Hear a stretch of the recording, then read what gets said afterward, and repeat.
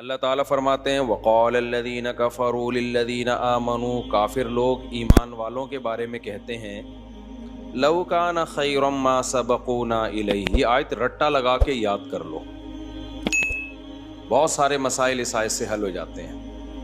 وہ کہتے تھے لو کان خیرا، اگر یہ اسلام کوئی خیر کی چیز ہوتی، ما سبقونا الیہ، تو یہ جو ایمان لائے ہیں نا لوگ، یہ ہم سے پہل نہ کرتے. کیا مطلب؟ ایمان جو لائے تھا ان کو کیا کہا جاتا تھا؟ صحابہ. وہی تھے نا صحابہ. صحابہ جو ایمان لائے تھے، جن میں حضرت ابو ہریرہ، عبداللہ بن مسعود، سیدنا ابو بکر، سیدنا عمر، حضرت عثمان، حضرت علی، عبد الرحمن ابن عوف، بہت سارے صحابہ تھے. انس ابن مالک جو مشہور صحابہ ہیں، حضرت ابو دردہ.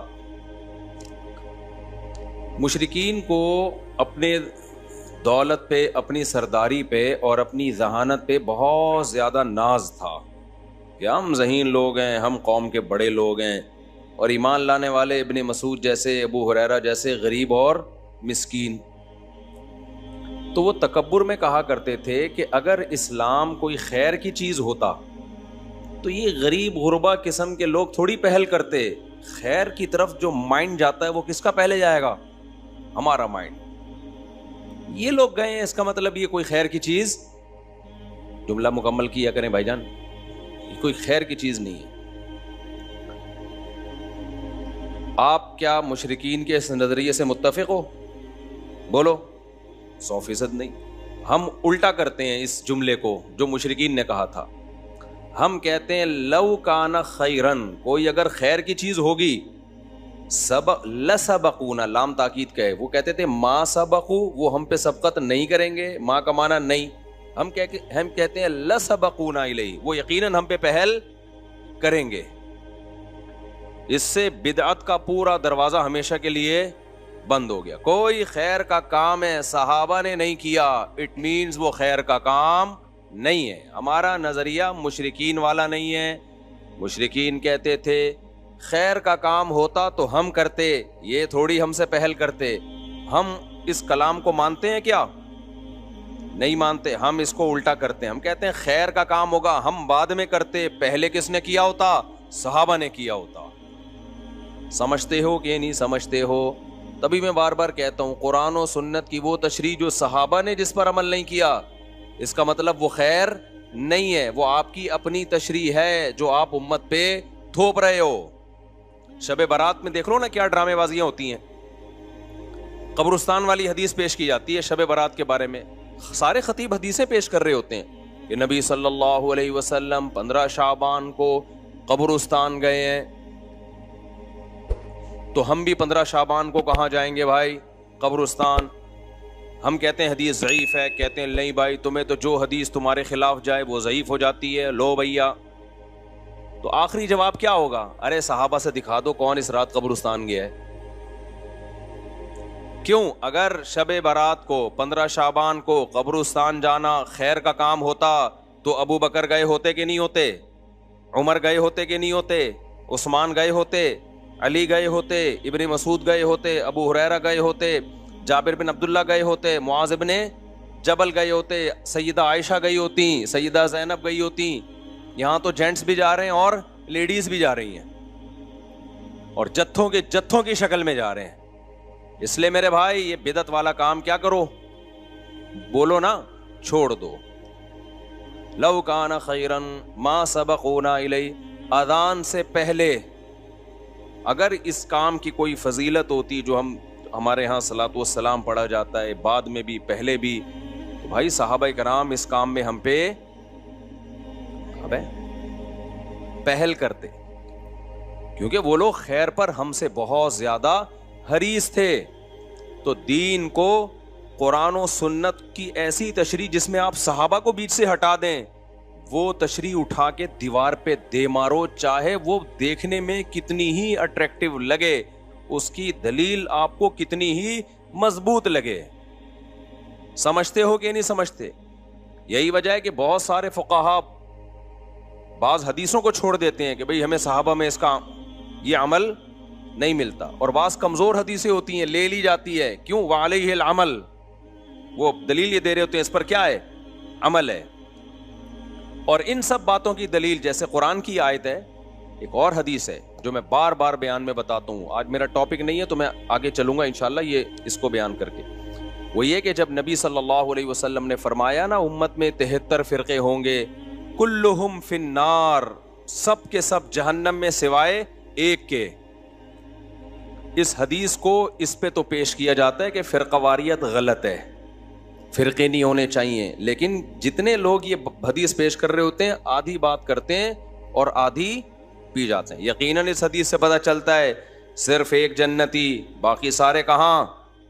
بولو نا, جہنم. واقعی فرقے غلط ہیں, فرقے نہیں ہونے چاہیے.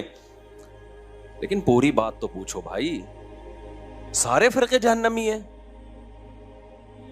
سارے جہنم میں. نبی نے فرمایا ایک ان میں سے کیا ہوگا؟ بولو نا, وہ جنت میں ہوگا. وہ بھی تو فرقہ ہی ہوگا, وہ بھی تو ایک کانسیپٹ ہی ہوگا, وہ بھی تو ایک نظریہ ہی ہوگا.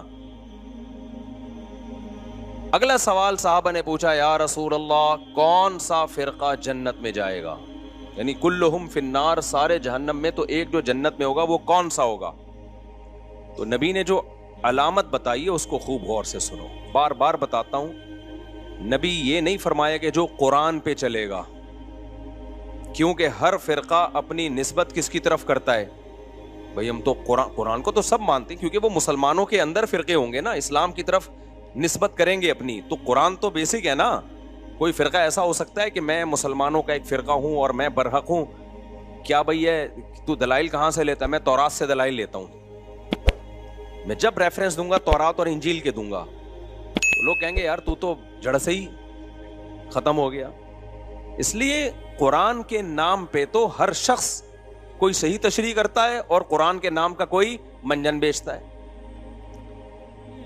اس لیے نبی نے یہاں قرآن کا نام نہیں لیا. یقیناً قرآن پہ چلنا ہی والا ہی برحق ہوگا, لیکن یہاں نبی تو بتا رہے ہیں نا کہ ان 73 میں ٹھیک کون سا ہوگا, تو اس کی سلیکشن کا آسان طریقہ بتایا جائے. اگر آپ بتا دیتے جو قرآن پہ چلے گا, تو ہر شخص دعویٰ کیا کر رہا ہے؟ قرآن. پروفیسر غامدی صاحب بھی کہتے ہیں میں قرآن کو مانتا ہوں. وہ حضرت عیسیٰ کی موت کے دلائل بھی قرآن سے دے رہے ہوتے ہیں, حالانکہ قرآن سے ان کی موت کے دلائل, لیکن باتوں کو گھما دیا. پبلک کو تو نہیں قرآن کی سنت کا زیادہ پتا ہوتا. تو نبی نے کیا فرمایا؟